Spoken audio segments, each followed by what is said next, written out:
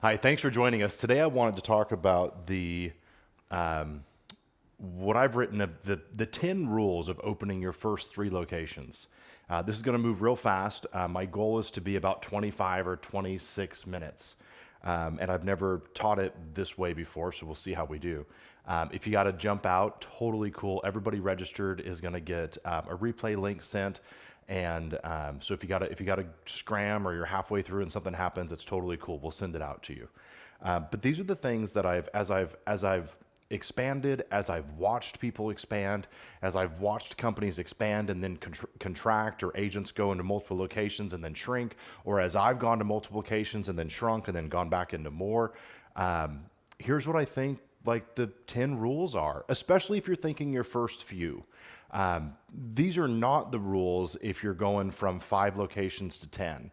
They're similar. Or from going like from double digit locations, like 10 or 12 locations, trying to go to 20 or 30, and then going from 50 locations to 100, they look really different. And thank you for bearing with me. I'm sure as we teach this a handful of times, we'll narrow it down even more and get even more hyper focused on what these.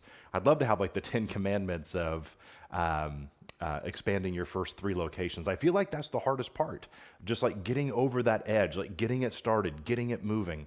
And it's not uncommon, like Gary Keller talks about how when he first started expanding, and he expanded locally in Texas, of course, the majority of the first 7 locations that he expanded to failed, and he had to redo it. He had to re-expand. And all right, so we'll get into it. So number one, so again, 10 rules for your first 3 locations. Number one, this isn't about succeeding. I want you to redefine that. Redefine what the success looks like. And I'll tell you a brief story. My very first, like, number one location, when I left Portland, Oregon, I began expanding back in 2010. And my very first location was across state lines. It was in Washington State. We would tell you not to do that, but some people have to, right? Like, depending on where you are, you can't really ink blot very much around you. I could have, but I would have left Oregon pretty fast. If I could go back and redo it and redo 2010 again, I would have done it different, but I would have left Oregon pretty quick. It's not like we have 25 major metros for me to go into here. So my first location was in Washington, about 4 hours away, and ultimately that one burned to the ground, like burned to the ground. It was terrible. We rented physical space, like quite a bit of it, like over $1,200 a month worth of space. We had staff. We had 2 full-time administrators there. We had a lead listing agent. We had a lead buyer's agent. We had a couple of team members. We had on-site transaction coordination. We didn't even know what we were doing, right? We were doing both centralized and decentralized servicing. It was really, really bad. It was also at a different company. Like, it wasn't a Keller Williams, and it was a local independent, and so getting paid was hellacious. And then while I was in business with that guy, who's a good human being, ultimately he joined another franchise. Keller Williams wasn't there yet. We are now there now, Tri-Cities, Washington, but we weren't then. And so he joined a franchise, and that made it even harder. Whole thing was horrendous. There was theft, there was overspend, there was overrun, there was lack of. It was really bad. And at the end of the day, what we assumed we lost, like when I tell the story, was about 250,000. And those are hard costs that we were able to tally. Who knows what we didn't make, right? Like, who knows what deals we didn't quite get paid on that we maybe should have gotten paid on? Who knows the loss of business that happened? Who knows, right? I just know the hard cost. But I will tell you what we learned there, I've been using for the last 11 years. And so I say all that to say this: your first couple locations, if you open one and it doesn't work, you're in good company with Gary Keller. He did it too, and most of us have done it. If you open 2 or 3 and you learn what not to do, and you learn what your business doesn't do well, and that allows you to redefine it and come back and rescope it and get more narrow, great. That's awesome. There's nothing wrong with that. And so, number one, this isn't about succeeding. Because for most people, succeeding at expansion, right, is making money, having happy people, having the location take off, still be in business with you in 5 or 10 years. That all sounds amazing. but I don't think that's the target. If that happens, fantastic. But I think that number one, it's not about succeeding. I want you to redefine that. I think that if I were coaching you, I would define succeeding in those first 3 locations as these 2 things. Number one, learning, and number 2, implementing. That's it. If you can learn and implement, you've succeeded. If there's a third goal, it would be to not lose money. It'd be great if you made money, fantastic. But if you could learn and you could implement and you could break even for 6 months or 12 months somewhere, I would tell you that's a win. Because what you've learned and implemented, you're going to go and use for the next ones to go and make a mountain of money and help people make money. Number 2, how you do these 3 is not how you do the next 30. I don't know if you want to expand to 30 or not, or 20 or 10, and I don't know. I mean, I remember when I first started expanding, I had set a goal. It was 2012, and I think we had 3 locations by 2012. We were very slow in the beginning, took a lot of time. Spent a lot of time like researching markets and researching where our business model fit, and it would take us 2-3 months to launch a location. Today we could launch a location. My group today sells in 116 locations. We could launch a location today in hours, right? But that's not where we were a decade ago. And I don't know if you want to go to 30 or 50 or 10, and I don't know that it matters. Like, I'm at the point in my business today where I don't think a lot about how many locations or how big could it go. I think this way. I think, how big could it go, and what do I have to do to find out? If my limit is 300 locations, great. I don't know that I care. If I could be in 815, we have 815 market centers at Keller Williams, and so I kind of think that's my limit right now. Could I be in 815? We're in 5 countries, and if Keller Williams is in, I think, 45 or 50 countries right now, could we be? I don't know what the limit is, so I don't put a lot of time into it. But I know this. I know those first 3 is not the way the next 30 are going to look. For instance, you might be incredibly involved in those first 3, 4, or 5. You might be the leader in those first 3, 4, or 5. You might overfund it. You might have them come and visit you at the hub. You might go and see them more often. I just know that these first 3 or 4 is not going to be a model that you rubber stamp and go, cool, here's how I did these 3, which means 4 through 7 are going to be the same, and 7 through 10, and 10 through 15. I just don't think it works that way. I think these first 3 are just about smiling and moving through it and learning all that you can. So I don't think that you need a 100 location model in these first 3. These first 3, I don't think you're going to do them this way again and again and again. You're just going to learn a bunch. So don't worry too much about it. And I say that to say this. I don't think you need a giant model to say, here's a fully fleshed out steps 1 through 100 model. I think you just go. I think you find out. So these first 3 or 4, I don't know that it matters. Just run, see what happens. What you learn if you follow these 10 rules is what you're going to use for the next 10 or the next 30. All right, number 3, your systems at home are going to be what gets the most benefit. So these first 3 locations, you might make money in them. You might help the partner make money, all those things. You might win with the local leadership. You might help. Like, all those things are great, but I feel like they're almost side benefits. The number one benefit from these first 3 is your home location, your hub learning. And what's going to happen is you're so used to the hub, and you're so used to, if you're anything like me, like, you're there. Like, I remember when I was first expanding, I was in my hub every day. We did a stand-up meeting with our salespeople and our staff every single morning at 9 a.m. or 9:10. Every morning we did it. And I was always involved. Like, I'd walk by and I'd hear a transaction coordinator talking to a client, and I'd be able to stop and say, hey, I want you to say it this way next time, or, great job, you're great at this. Or I'd see a salesperson and we'd be able to have a script practice, right there in the hallway, or I'd overhear and I'd say, hey, let's role play that and make the next call. Let me make one and you make one. Like, all those things that happen by proximity. And what you're going to find is that when you go and you expand 10 miles away or 100 miles away or 200 miles away, you're going to find all the holes that are in your system that you don't even know about. And that is the biggest benefit of these first 3.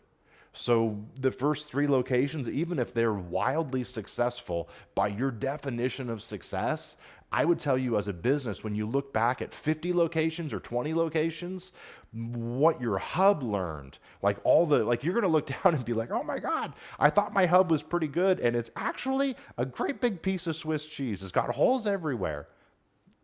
You're in good company. Everybody's looks like that. And you start going, okay, well, here's a hole we didn't know, or here's something that we've been dealing with we didn't even know we had. And it allows you to fix it and fix it and fix it. And so the number one benefit in those first few is going to be your hub. It's going to be your hub growing up and your hub taking a giant step forward. But I want you to write this down, right? New levels, new devils. And a new level is being in multiple locations. And there's going to be new devils in that business. Like, can you run a data bank or a database in 2 locations? All right, number 4, hire for now, not for a mythical someday.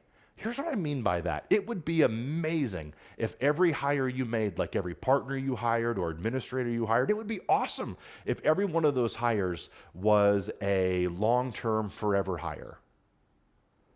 But here's what I've learned. Hiring hundreds and hundreds and hundreds and hundreds of people, working with you doesn't have to be a life sentence. You might look and go, listen, my business really wants to be 20 miles away, or 1 state away, or in the MLS next door. If you can ink blot and stay close, even better, right? You might look at it and go, I don't know that I could afford the talent I really want, and here's the talent I can afford right now. And it might not even be money. It might be, here's the leads I have, here's the business structure I have, here's what my business offers, and what that offers will get me this kind of talent. Someday, my business could offer this much and get this kind of talent. But right now, this is my talent cap. Like, this is what I got. I got 4 leads a month. I don't have 40. I've got, 1 good transaction coordinator who can help. I don't have 3. I've got a pretty good database system. I don't have a world-class database system. And of course, if it's money, I could afford a $40,000 person. I'd love to have a $70,000 person, but I can't afford that today. And so I think what we do sometimes is, in the quest of somehow making these hires right, we put them off too long. In the quest of getting it just right, we don't hire just right now. And sometimes when you're expanding a relationship that lasts 6 months or 2 years, what's wrong with that? Maybe that agent makes some money with you and you make some money with them as a partner, and they learn some things and they move on and go back to being on their own, or a different group or a different team, or they get out of the business or whatever. As long as you've left a positive thumbprint on their life, what's wrong with that?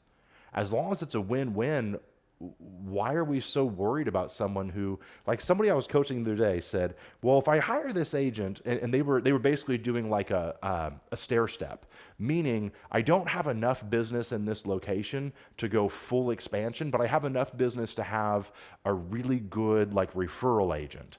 And the deal they had cut was, they said, I'm going to go and hire this person. It's probably going to become a full-time expansion partner, but it might take me 6 months or 12 months. And so they're going to kind of do my business as an expansion partner, but they're still going to run a deal or 2 here and there on their own. And I'm not going to keep any of it. And that's their deal. Like, just kind of a short-term relationship that hopefully grows into something bigger. And they were really like at a standstill. And I was like, why? If they fit your business and you fit them, do it. You're going to be at a different point in 6 months. You're either going to make it a full-time partner, and that's the goal for both of them, by the way. It's either going to become that, or you're going to find out it doesn't work, and you're going to learn something and use it for the next person. So number 4 was hire for now. Hire for where your business is right now. Like when you go to hire operations or hire transaction help, or when you're at location 7 or 8 and you want to hire management or leadership, that's a different level person than when you're at 50. Like when I was hiring help for leadership at 8 or 10 locations, that was a really different hire and a totally different income range of being able to hire someone today to come in and manage 115 locations. My reach is bigger today. My opportunity is bigger today. You get what I mean? All right, number 5, you have, make sure I'm on the right numbers. Yeah, number 5, you have 2 things that you do exceptionally well. As much as I say like the business will be Swiss cheese and all the things that the hub learns, number 5 that I wrote was, have a couple things that your business does exceptionally well. And one of the smartest things that I've ever heard from somebody who was wildly successful was, Cody, you can do anything, you can't do everything. And I think your business needs to look like that. Like your expansion business looks like, I can do anything, I just can't do everything, can't do it all. And so especially those first three, have a couple things that you do exceptionally well. I don't think you have four. If you think you have four, then congratulations, but you might be fooling yourself. Maybe you don't have four or five, but just have a couple. And I would tell you that one of them needs to be lead generation.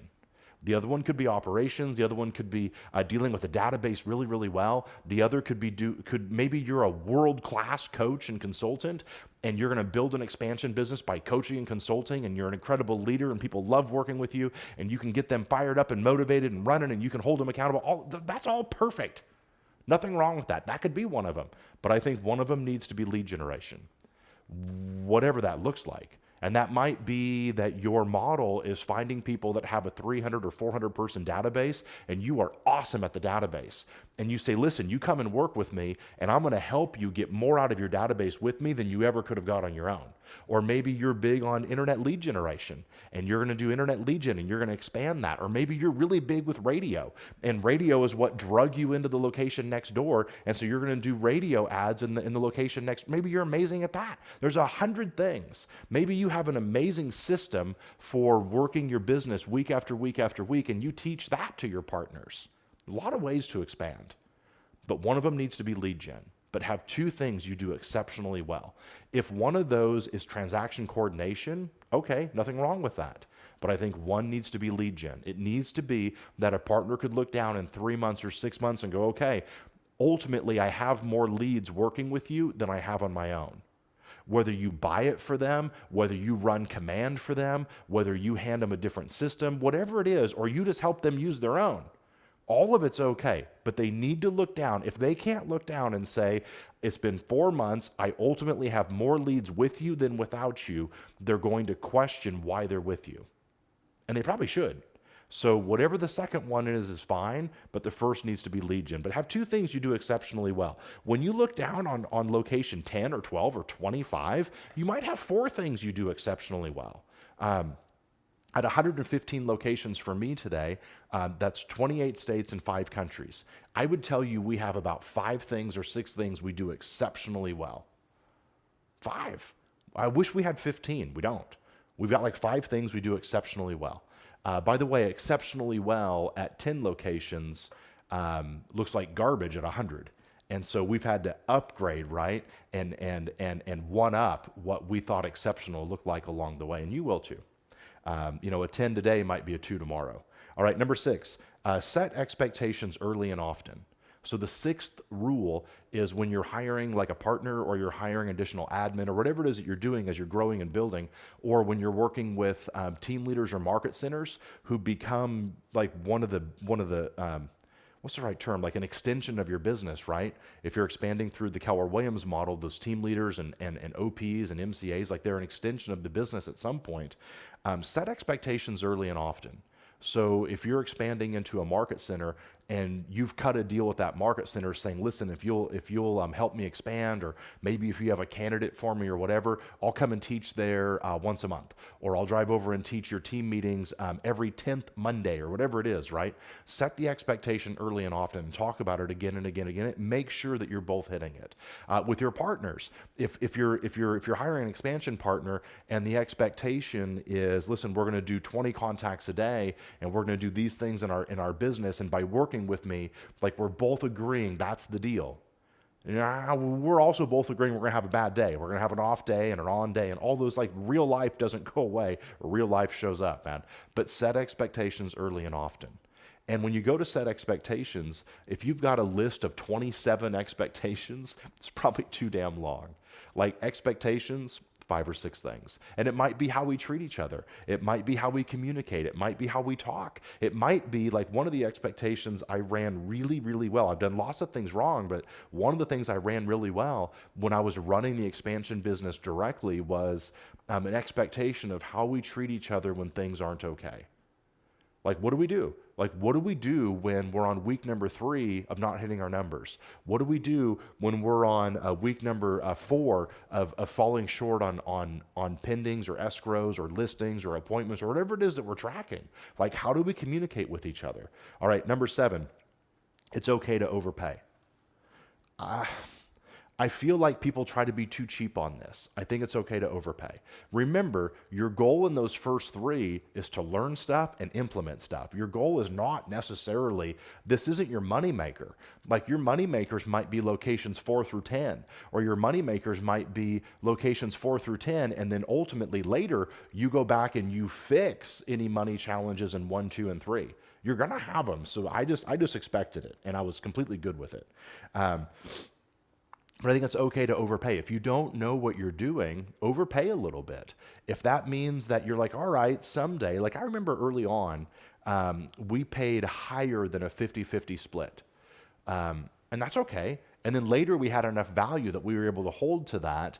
And then again, we reiterated and changed our split or dollar share program again to be 50-50. And then there's accelerators if they hit certain numbers. And I couldn't do that until I had size. I had to be about 70 or 80 locations before that even made sense. But in the beginning, I remember overpaying. So overpay a little bit. That's okay. Remember, this isn't your last dollar. And so I like to look at it and think, this isn't my last location. It's not my last dollar. My goal is to learn and implement. And if I got to pay a 60-40 maybe, and I got to take it a little bit skinny on my side, okay, I'm here to learn and implement. And so I feel like people hurt themselves by trying to keep too much money early on. Overpay if you have to. Number 8, foot on standards, but not on people's throats. So let me go back to number 6, setting expectations early and often and talking about them again and again and again. Number 8 is foot on standards. And so as a leader, I want you to have a list of standards and your foot is on those standards, but your foot's not on the throat of people. There's no person who likes to have a foot on their throat. And so Gary said it this way. He said, I'm tough on standards, but I'm loving on people. And whatever that means to you, I think that's really important, especially those first few locations. I think you should be an ogre on the standards, like unrelenting, uncompromising, immovable, whatever term you want to use, but be really loving on people. Remember in expansion, those first few locations and ultimately all your locations, your people need to like you. Your people need to enjoy working with you. Your people need to enjoy having a conversation with you. And if every conversation is you beating the hell out of them and telling them all the things that they're not doing right, well, you wouldn't want to be in that dialogue either. So heavy on standards, light on people. Number 9, focus on the money and the tracking of the money. This kind of goes back. I could have lumped this in with the hub getting better, but I thought it was important enough to talk specifically and unilaterally on the money. Track it. Where does it go? Where does it come from? What exactly do we do with it? What comes in? What goes out? What's the gross? What's the net? What's in between? What's the goal of the gross and the net? When I look at money in my business, I look at a gross and I look at a net, but then I go, great, so here's what we're doing. What's our goal for next year? Is it going to be skinnier or fatter? Like, how does it look? You're going to have to put some time into tracking the dollars. And I would tell you, don't do it alone. Whether, like, I love to use SBS, Streamlined Business Solutions. Lacey can drop the name in the chat. By the way, I haven't even mentioned it, but Lacey could drop, if you haven't yet, a link to the Facebook group that we have online for expansion. Love to see you join that. That'd be awesome. But I love Streamlined Business Solutions. It might be that you go to somewhere like that. They're very affordable. They understand real estate agents. You could use any CPA you want or any bookkeeper you want, but they're all kind of all the same price. And none of them I've worked with have been exorbitantly less or more than the other. But what I like about SBS is that they understand agent business. They're located in Phoenix. I've never been to their office.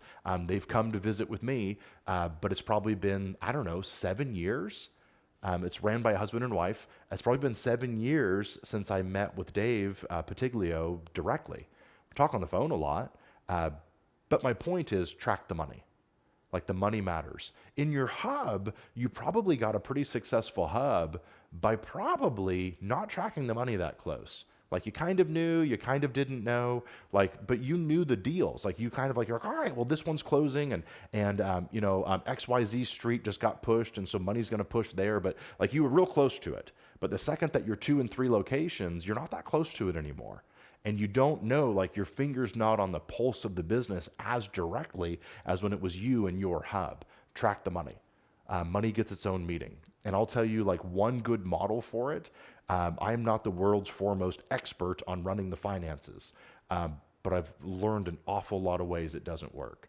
And I'll tell you, one model for it is to have a specific money meeting every week. And so we visit money on Fridays. On Fridays, we stop what we're doing, we visit money, we look, we ask questions, and then we make decisions for the following week.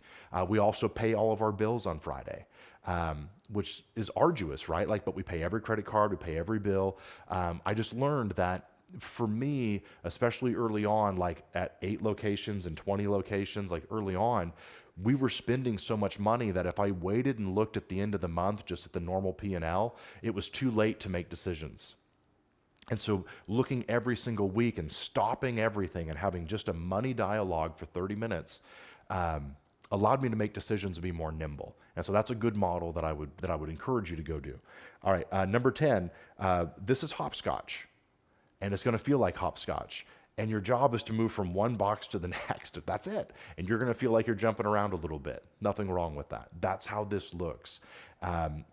Remember, your goal is to learn, implement, learn, implement, learn, implement. You might relaunch these first 3 locations 3 times. So what? You said at one point, you were like, all right, self, I'm going to go into expansion and I'm going to expand my business. I'm going to work without borders, which is awesome. You never said, I'm going to expand and I will expand once, only once, and never have to fix it. Get out of here. Like, of course you're going to. And so this is hopscotch. Just expect it and don't be surprised when it happens. Number 11 in the 10 rules is track it all, write it all down. Track it all, write it all down. One of the things that Gary's given us that he did really, really exceptionally well was when he was relaunching his expansions early on, he hired someone to come and watch and write down everything he did. Every conversation, all the models, because he was doing so much entrepreneurial. He was doing stuff that worked in Austin, and then it worked everywhere he went as long as he was there. But as soon as he would come back to Austin and he wouldn't be there every day, the business would start to fall apart. And so what he realized was he was missing binders of models and systems and all the things that he did exceptionally well. And if he was around it, it did exceptionally well. But the second he was one arm's length removed, it was on fire again. And so write it down, write it down, write it down. Like, you know, with technology today, I don't know that you have to hire someone to come and write down every single model that you have. If you've got someone in the money, then great. I didn't. But with technology today, it wasn't hard to track everything. It wasn't hard to say, what are we doing and what does it create? But track it all. Track it all. Number 12, and this will be the last one. Number 12 in the 10 rules for your first 3 locations. Over-communicate. Write down how much you think you should talk to a partner, like an expansion partner or an administrator in expansion, and then double it. Whatever you think it is, just double it. If you think that you should talk once a day, make it twice a day. If you think you should talk twice a week, make it 4 times a week. Over communicate. You cannot talk with people too much. And a lot of people, I was coaching someone who had won a coaching session through like a KW Cares donation. They kept saying, I don't want to talk this much with my partner because I'm afraid of what that looks like when I'm in 10 locations or 20. And I just said, I don't think you need to worry about that. Like, this is going to change dramatically. Like, that partner might not be with you. They were in 2 locations. I said, that partner might not be with you when you're in 10 or 20. And it's okay. This isn't a life sentence. If we work together for a long time, great. If we don't, as long as it's been a win-win, that's positive for me. If I could, like I wrote a long time ago, it was in a leadership class at KW. I said, my goal is to leave thumbprints on people's lives. So as long as I can do that and it's a win-win, I'm good. Like, it doesn't, like, it's okay. I don't get weird about people leaving or letting people go, or it doesn't matter. I'm okay. And so are they as long as they moved forward. But I said, you need to communicate more. And part of it isn't for them, it's for you. Like, when you're at 40 locations, you're going to have a pretty good idea of the rock and the roll, the rhythm of what you do. Like, I need to talk this much. I need to text them this much. I need to have this much on the calendar every week that is rigid and set in stone.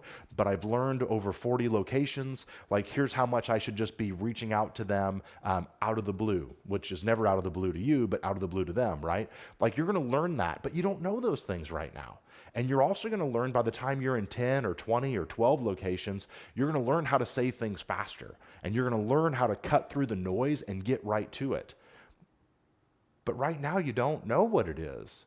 And that's good. You're in the right spot. Look at it like this. When you were first listing homes, I'll bet you your listing appointments were a whole lot longer than they were when you were listing 10 homes a month. When you're listing 10 a month and you know exactly what to do, those are 30 and 40-minute dialogues. Like, you're in and out, like, you're good. Like, you know what questions to ask to get right to it.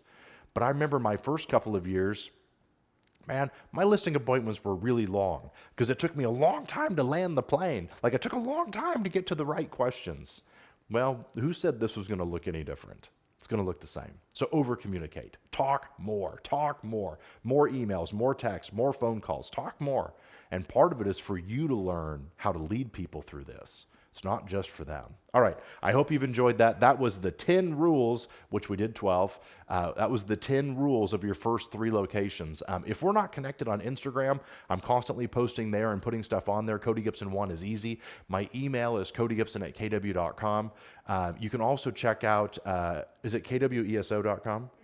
You can check out kweso.com. We have live ESO at International in Austin.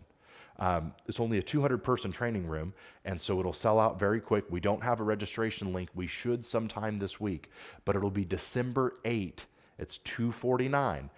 It'll be live. It'll be in person. I'll be delivering it. Jason Abrams will be there for part of the day. He's going to deliver part of it. We might see Mark King. We might see Carl Liebert. We could see Gary Keller for a few minutes. I mean, it's going to be awesome. So if you would like to come to that, that'll be the first day that we teach the rewritten one-day version. The fully rewritten one, the one that we did on digital maybe a month ago, we had like 8 guests, which was awesome. But this will be more class style and less. You get my point.